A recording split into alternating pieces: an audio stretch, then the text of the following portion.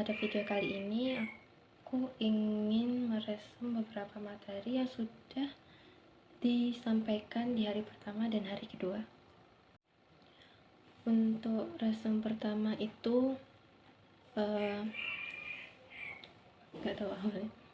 UIN Malang ini sejak tahun 2008 sudah mengadopsi atau mendapatkan sertifikat ISO SMS ISO 9001-2000, kemudian 9001-2008, dan 9001 pada 2015. Kemudian pada tahun 2020 kemarin ada 4 program studi yang sudah mendapatkan sertifikat, dan dari itu telah banyak yang dapat timbul dari BAN PT. Kemudian juga banyak yang telah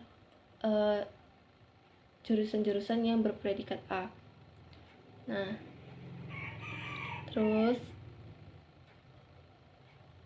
teman-teman masih dapat membanggakan dan tidak lupa internasionalisasi universitas, yaitu adalah dengan mendorong dosen dan juga mendorong mahasiswa untuk melakukan publikasi yang terjadi di dalam proceeding internasional maupun jurnal internasional bereputasi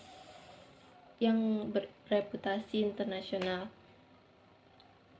Nah, ini dilakukan sekalian mahasiswa akan melakukan riset peningkatan. Lebih-lebih jika jurnal internasional bereputasi sehingga semua karya dosen, karya-karya mahasiswa itu bisa menambah UIN Malang sehingga bisa meningkatkan peringkat universitas kita di Universi QS World University. UIN Malang juga punya pengembangan bahasa asing, baik itu dalam pengembangan bahasa Arab, pengembangan bahasa Inggris, pengembangan bahasa Mandarin, dan lain-lain. Yang ketika kita juga UIN Malang sendiri juga punya rumah tahfidz Al-Quran atau RTQ, dan rumah tahfidz itu mewadahi mahasiswa yang ingin melanjutkan hafalannya, yang ketika sebelum kuliah itu ada yang udah selesai tapi ingin murojaah atau yang ingin menambah hafalannya. Nah, agar bisa menjadi salah satu lembaga yang bisa mengembangkan bakat dan minat khususnya pada tahfidzul Quran, bahkan hingga sekarang tidak kurang dari 2000 mahasiswa UIN Malang adalah hafidz Quran, yang mereka semua itu berlatar belakang fakultas maupun program studi yang berbeda-beda. UIN Malang sendiri punya rumah moderasi beragama yang akan mendidik mahasiswanya menjadi generasi dan mahasiswa unggul, moderat, toleran, dan menjunjung prinsip serta nilai-nilai keragaman. Memiliki jati diri keislaman yang kuat, memiliki komitmen kebangsaan yang kokoh, cinta negara, cinta budaya, dan cinta keragaman, yang menjadi aset dan kekayaan bangsa Indonesia, serta mampu menempatkan diri di tengah atau pada posisi yang berat, yaitu pada posisi di tengah-tengah di antara bulatan antara ideologi radikalisme di kanan dan ideologi liberalisme di kiri. Kemudian untuk resum kedua yaitu dibacakan oleh Wakil Rektor 3 Bidang Kemahasiswaan. Nah, yang perlu kita ketahui bahwa jadi mahasiswa UIN itu nggak gampang juga, karena kita tuh termasuk orang terdebes di antara terdebes gitu loh. Artinya kita itu manusia pilihan yang telah terseleksi melalui berbagai macam jalur yang udah dijelaskan sama Ibu Wakil Rektor 1 Bidang Akademik, karena kita itu adalah the best gitu loh. Tuh. yaitu artinya manusia-manusia yang bisa lolos masuk ke kampus UIN Malang ini.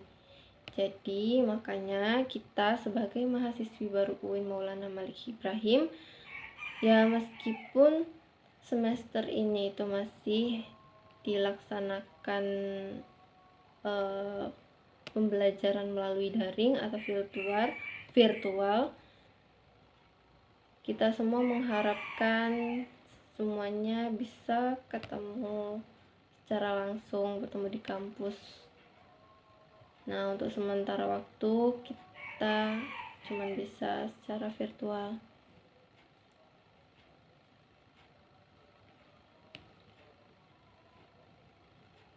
Nah, bisa dibayangkan juga dulu pada saatnya gitu loh, kalau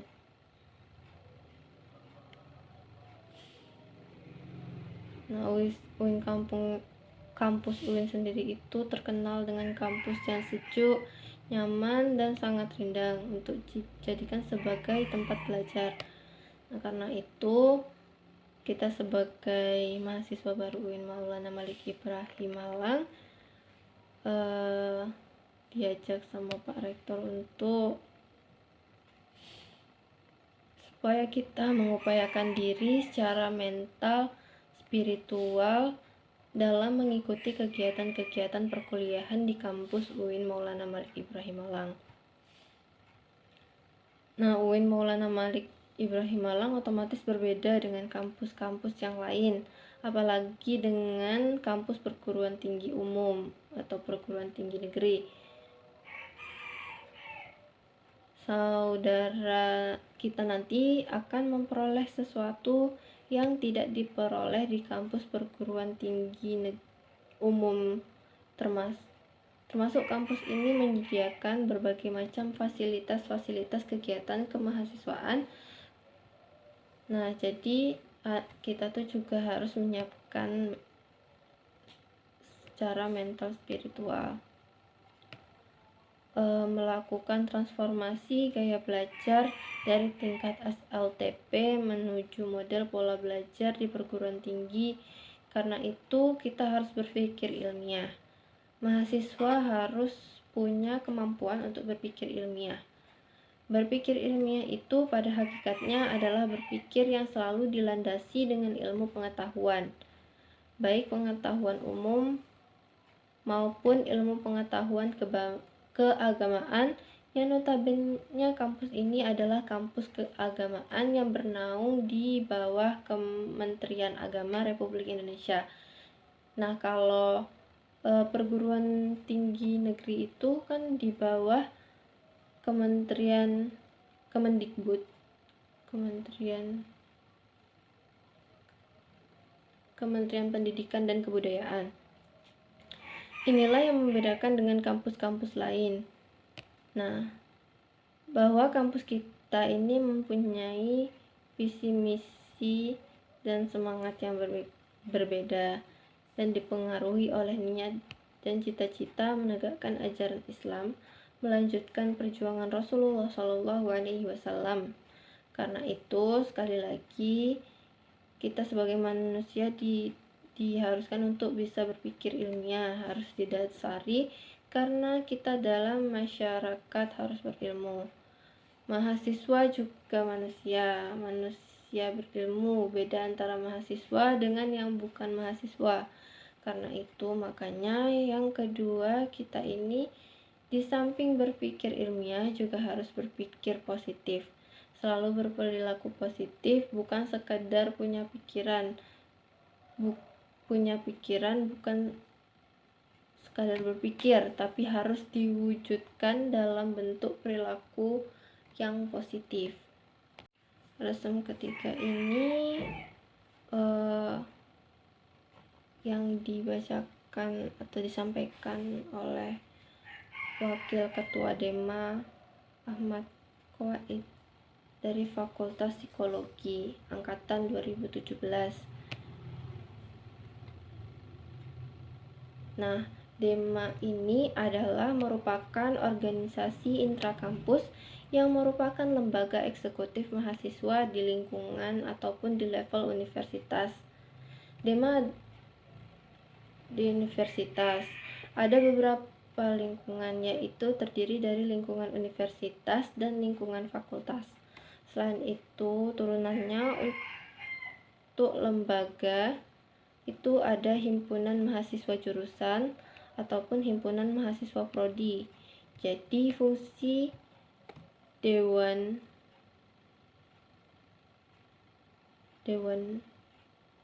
universitas adalah sebagai pelaksana program organisasi kemahasiswaan, yakni yang udah kita ketahui kalau misalnya di kampus-kampus negeri yang di bawah naungan Kemendikbud itu menggunakan istilah yang namanya BEM atau Badan Eksekutif Mahasiswa.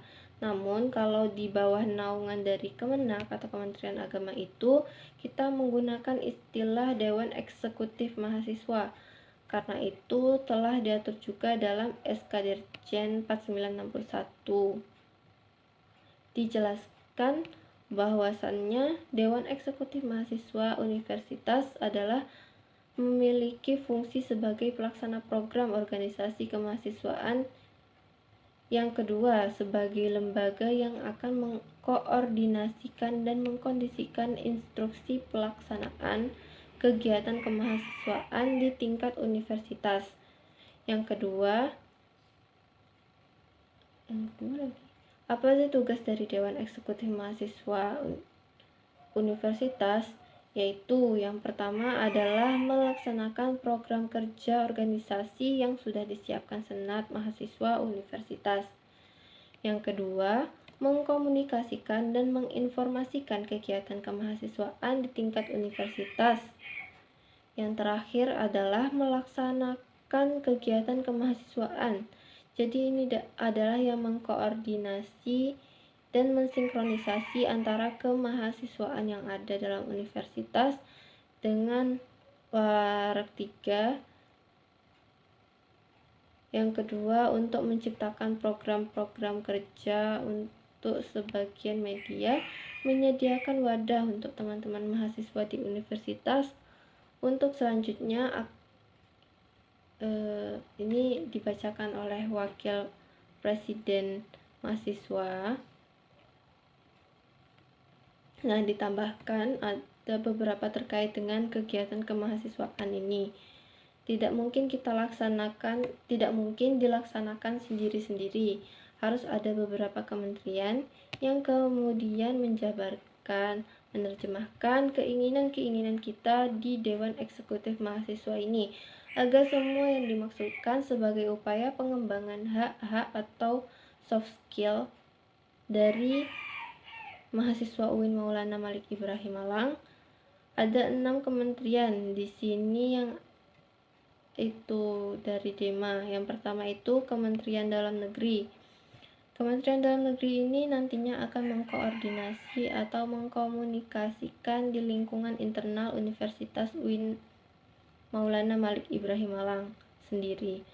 Untuk gerak langkah ke eksternal, mereka punya Kementerian Luar Negeri yang akan mengkomunikasikan lembaga-lembaga di UIN dengan lembaga di luar UIN Malang, sehingga tidak hanya kuat secara internal, tapi kita berusaha, DEMA UIN Malang berusaha untuk memperkuat juga secara eksternal.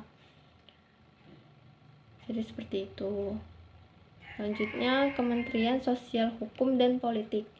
Kementerian Sosial ini lebih kepada pengembangan atau kajian terkait isu-isu yang berkaitan dengan sosial hukum dan politik.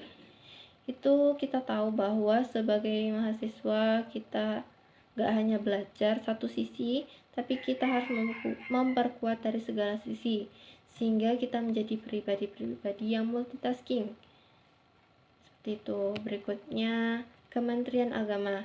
Nah, Kementerian Agama ini adalah bentuk upaya kolaborasi sebagai kampus yang ulul albab. Ada integrasi keilmuan di situ. Integrasi keilmuan antara sains dengan agama. Kita akan ketemu dan di mana titik-titik yang kemudian menjadi kekuatan. Sebagai insan ataupun mahasiswa, yang memiliki jargon mahasiswa ulul albab. Kementerian ulul albab berikutnya adalah Kementerian Pengembangan dan Kreativitas. Nah, tentu tetap koordinasi antara kementerian untuk mendukung beberapa program kemahasiswaan atau program kerja yang dicanangkan oleh Dewan Eksekutif Mahasiswa sendiri agar menjadi satu kesatuan yang utuh. Pengembangan tetap terus memberikan support kepada kita semua yang tergabung di kabinet, kepada teman-teman kakak-kakak yang tergabung di kabinet ini, Kabinet Sakti untuk periode 2021, sehingga melakukan beberapa langkah kreativitas untuk mewujudkan apa yang dicita-citakan bersama. Yang terakhir itu Kementerian Komunikasi dan Informasi. Ini lebih ke publikasi, yang lebih ke sandingan ada yang dilakukan, apa yang dilaksanakan, beberapa kegiatan yang telah ataupun akan dilaksanakan oleh Dewan Eksekutif Mahasiswa Universitas.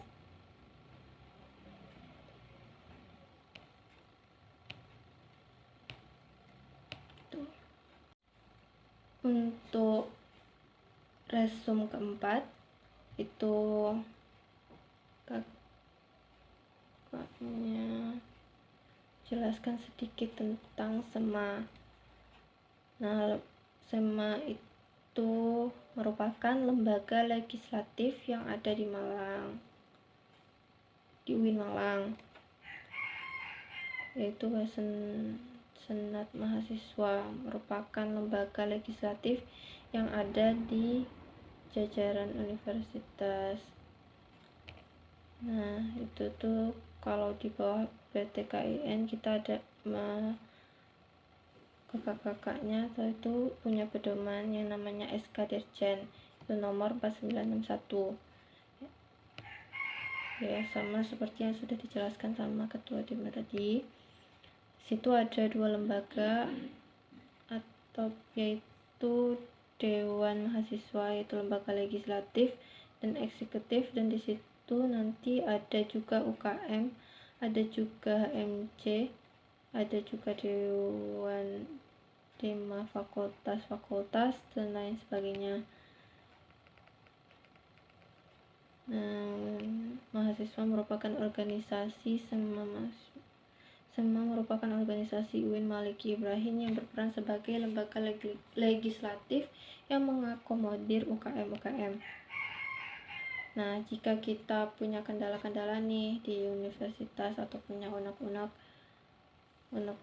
atau segala yang mengganjal tentang universitas, nah itu SEMA nanti akan menjembatani kita semua sebagai mahasiswa untuk menyampaikan unek-unek kita itu ke pihak-pihak terkait.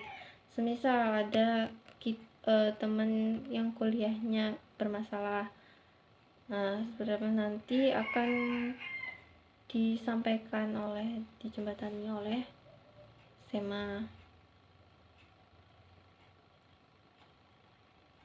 Nah, atau ada sesuatu yang perlu ditanyakan terkait apa-apa, bisa ditanyakan juga. SEMA itu tidak bekerja sendirian, dibantu dengan komisi-komisi yang mana meliputi ada 4 komisi, yaitu komisi A, B, C, dan D.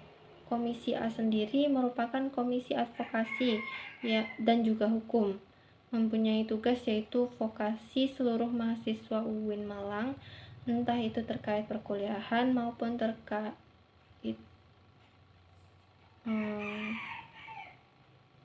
mahasiswaan, dan juga bisa mengatur lokasi terkait fasilitas-fasilitas yang ada di UIN Malang. Kemudian ada komisi B, yaitu menaungi organisasi dan juga kemahasiswaan.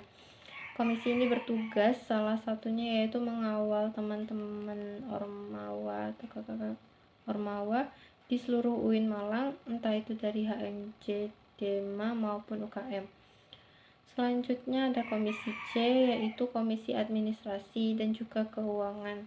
Komisi ini bertugas sebagai pembuat peraturan organisasi dan juga administrasi, entah itu peraturan format, surat-surat maupun LPJ. Nantinya seperti apa mengatur komisi administrasi dan keuangan.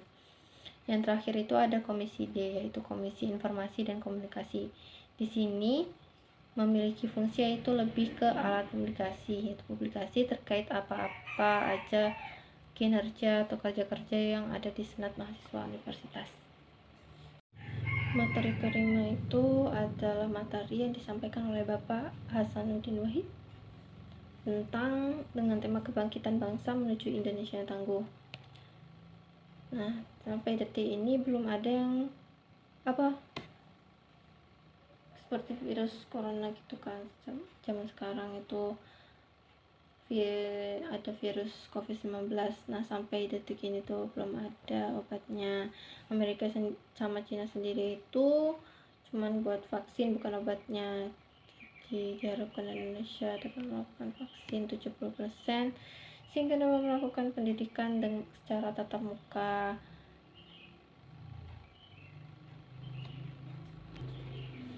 Yang kedua yaitu kita harus disiplin tentang program kesehatan.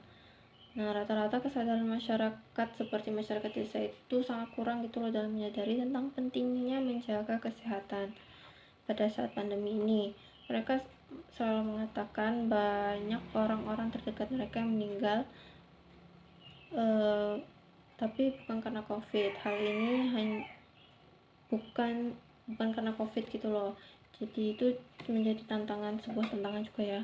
Tantangan saat ini yaitu pada tingkat pemahaman tentang bahaya COVID itu masih sangat rendah. Efek pandemi juga membuat masyarakat Indonesia ini menjadi turun dalam sektor ekonomi. Bahkan tidak hanya di Indonesia, tapi di luar sana juga ada.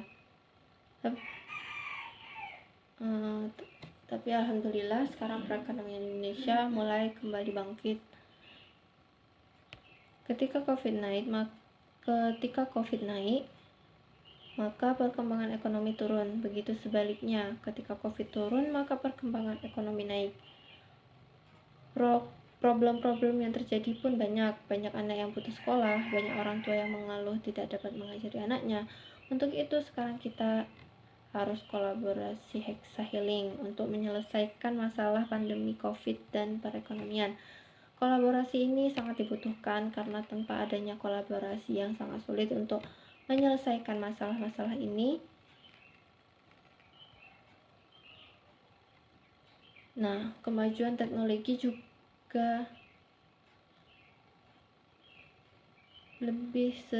jadi pelajar itu menjadi karena kita di rumah terus kan, jadi sama kemajuan teknologi pelajar lebih sering memegang HP daripada buku, karena itu untuk saat ini yang tidak bisa menggunakan HP maka dianggap tidak tahu apa-apa atau kudet. Bahkan orang yang tidak dapat menguasai IT maka dialah yang akan dikuasai IT. Nah, diharapkan kepada kita semua sebagai mahasiswa UIN dapat menguasai IT agar bisa menguasai dunia. Diharapkan kita dapat berkoalisi dengan perusahaan-perusahaan agar mengurangi tingkat pengangguran, menjadi ketua sosioteknopreneur, menyelesaikan permasalahan sosial dengan teknologi dan entrepreneurship agar mengurangi mahasiswa pengangguran yang menjadi kekuatan pusat agama Islam. Kita itu ramah bukan marah, merangkul bukan memukul. Inilah yang harus dilakukan UIN Malang agar tidak tertinggal selangkah secara sebagai mahasiswa UIN harus menjadi generasi unggul dengan melakukan yang pertama itu memiliki keagungan moral dan spiritual. Yang kedua itu gandrung ilmu pengetahuan, mengikuti banyak organisasi dan membaca buku, HP berisi e-book maupun mau hidup menguasai dunia dengan ilmu, menguasai akhirat dengan ilmu, menguasai keduanya pun harus dengan ilmu. Mempunyai digital question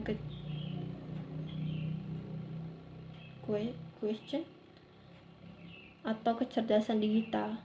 Sharing sebelum share. Memanfaatkan kemajuan digital menjadikan lapangan kerja dan entrepreneurship. Kemudian menjadi karakteristik utama yaitu kesolihan sosial yang dapat membuat perubahan dengan mengikuti organisasi luar maupun di dalam. Nih, itu kata-kata penyemangat nih. Jangan pernah minder menjadi mahasiswa UIN. Jika kita serius belajar, maka kita akan sukses. Sudah terbukti dari alumni-alumni di UIN. Kenalkan pada orang-orang luar sana bahwa UIN Malang adalah kita. Materi kelima itu adalah materi yang disampaikan oleh Bapak Hasanuddin Wahid tentang dengan tema kebangkitan bangsa menuju Indonesia yang tangguh. Nah, sampai detik ini belum ada yang seperti virus corona gitu kan. Zaman sekarang itu ada virus COVID-19. Nah, sampai detik ini tuh belum ada obatnya. Amerika sama Cina sendiri itu cuman buat vaksin, bukan obatnya. Jadi diharapkan Indonesia dapat melakukan vaksin 70% sehingga dapat melakukan pendidikan dengan secara tatap muka.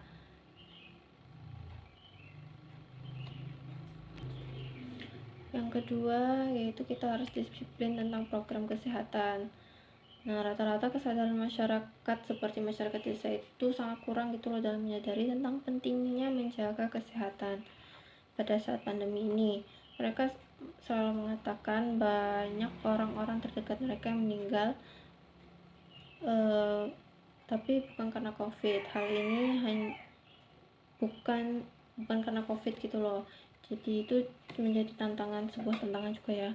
Tantangan saat ini yaitu pada tingkat pemahaman tentang bahaya COVID itu masih sangat rendah. Efek pandemi juga membuat masyarakat Indonesia ini menjadi turun dalam sektor ekonomi. Bahkan tidak hanya di Indonesia, tapi di luar sana juga ada. Tapi alhamdulillah sekarang perekonomian Indonesia mulai kembali bangkit. Ketika COVID naik, maka perkembangan ekonomi turun. Begitu sebaliknya, ketika COVID turun, maka perkembangan ekonomi naik. Problem-problem yang terjadi pun banyak anak yang putus sekolah, banyak orang tua yang mengeluh tidak dapat mengajari anaknya. Untuk itu sekarang kita harus kolaborasi Hexa Healing untuk menyelesaikan masalah pandemi COVID dan perekonomian. Kolaborasi ini sangat dibutuhkan karena tanpa adanya kolaborasi yang sangat sulit untuk menyelesaikan masalah-masalah ini. Nah, kemajuan teknologi juga jadi pelajar itu menjadi karena kita di rumah terus kan, jadi sama kemajuan teknologi pelajar lebih sering memegang HP daripada buku. Karena itu untuk saat ini yang tidak bisa menggunakan HP maka dianggap tidak tahu apa-apa atau kudet. Bahkan orang yang tidak dapat menguasai IT maka dialah yang akan dikuasai IT. Nah, diharapkan kepada kita semua sebagai mahasiswa UIN dapat menguasai IT agar bisa menguasai dunia. Diharapkan kita dapat berkoalisi dengan perusahaan-perusahaan agar mengurangi tingkat pengangguran, menjadi ketua sosioteknopreneur, menyelesaikan permasalahan sosial dengan teknologi dan entrepreneurship agar mengurangi mahasiswa pengangguran yang menjadi kekuatan pusat agama Islam. Kita itu ramah bukan marah, merangkul bukan memukul. Inilah yang harus dilakukan UIN Malang agar tidak tertinggal selangkah secara sebagai mahasiswa UIN harus menjadi generasi unggul dengan melakukan yang pertama itu memiliki keagungan moral dan spiritual. Yang kedua itu gandrung ilmu pengetahuan, mengikuti banyak organisasi dan membaca buku HP berisi e-book maupun mau hidup menguasai dunia dengan ilmu, menguasai akhirat dengan ilmu, menguasai keduanya pun harus dengan ilmu. Mempunyai digital question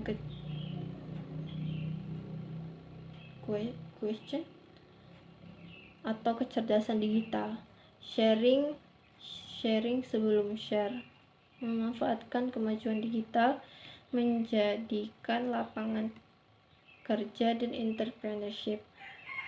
Kemudian menjadi karakteristik utama yaitu kesolehan sosial yang dapat membuat perubahan dengan mengikuti organisasi luar maupun di dalam. Nih, ada kata-kata penyemangat nih. Jangan pernah minder menjadi mahasiswa UIN.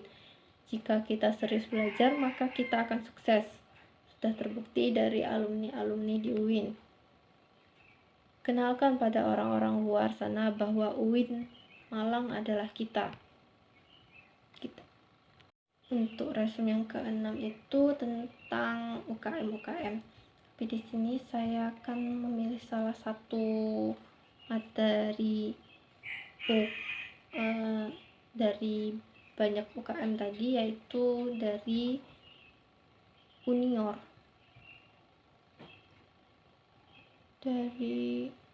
Unit olahraga Unior. Tuh, tapi di UIN Malang sendiri itu mempunyai 15 UKM.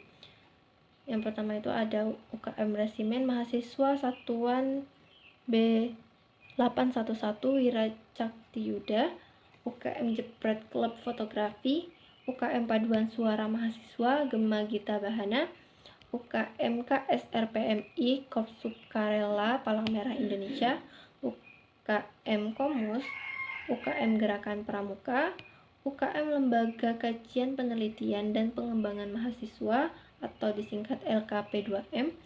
Kemudian ada UKM Seni Religius, UKM Mapala Tursina, UKM Unit Aktivitas Pers Mahasiswa Inovasi, UKM Koperasi Mahasiswa Padang Bulan, UKM Radio Simfoni FM 107,7,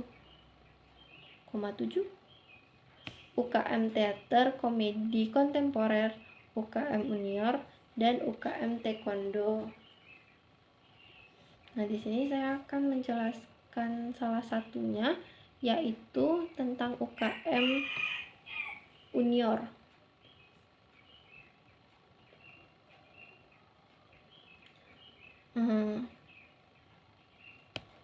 Apa sih itu UKM Unior? Unior merupakan salah satu unit kegiatan mahasiswa di UIN Malang yang mewadahi juga memfasilitasi bakat dan minat mahasiswa dalam bidang olahraga.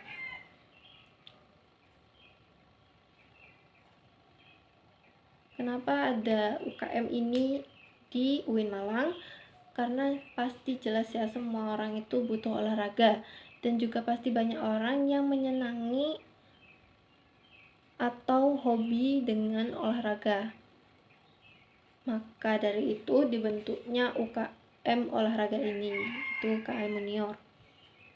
UIN Malang dapat digarisbawahi, di UIN Malang itu memfasilitasi bakat dan minat mahasiswanya dalam bidang olahraga.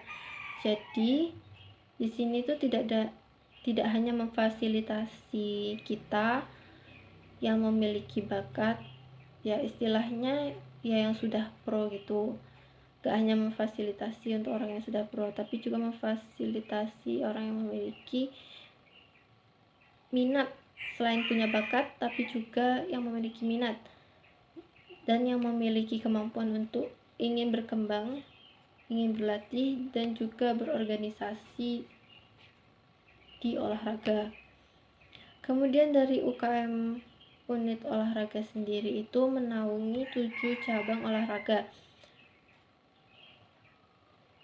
Yang pertama itu sepak bola dan futsal, yang kedua bola voli, yang ketiga bulu tangkis, yang keempat tenis meja, yang kelima bola basket, yang keenam bola takraw, sama yang terakhir itu atau yang ketujuh itu ada catur.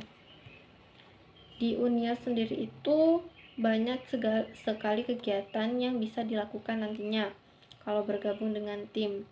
Yang pertama pastinya namanya UKM olahraga, pasti kegiatannya rutin, yaitu latihan rutin, acara yang rutin ya, itu latihan rutin disediakan. Contoh misalnya ada beberapa latihan rutin cabang apa gitu. Nah, gak semua cabang, karena semua cabang nanti di situ bisa dilihat di dokumentasi. Saat ini latihan rutin itu memiliki kegiatan full up dari latihan rutin tersebut, yaitu sparring partner. Sparring partner itu dari UKM sendiri itu dari seluruh cabang, nantinya bakal bertanding dengan universitas lain di luar kampus UIN Maliki, baik itu dari Kota Malang sendiri maupun dari seluruh Indonesia, yang nantinya pasti rutin dan akan dilaksanakan oleh seluruh cabang. Ya, itu nanti akan melaksanakan sparring partner, bertanding untuk menjalin silaturahmi dan juga persahabatan.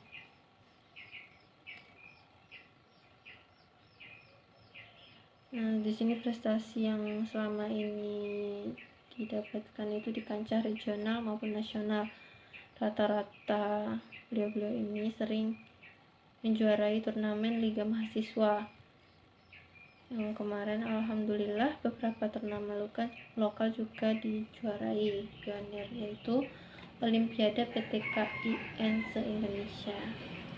Nah, ini kan sudah meresum 6 materi yang diberikan. Saya akhiri sampai di sini. Mohon maaf jika banyak sekali salah kata. Assalamualaikum warahmatullahi wabarakatuh. Nah, ini kan sudah meresum 6 materi yang diberikan. Saya akhiri sampai di sini. Mohon maaf jika banyak sekali salah kata. Assalamualaikum warahmatullahi wabarakatuh.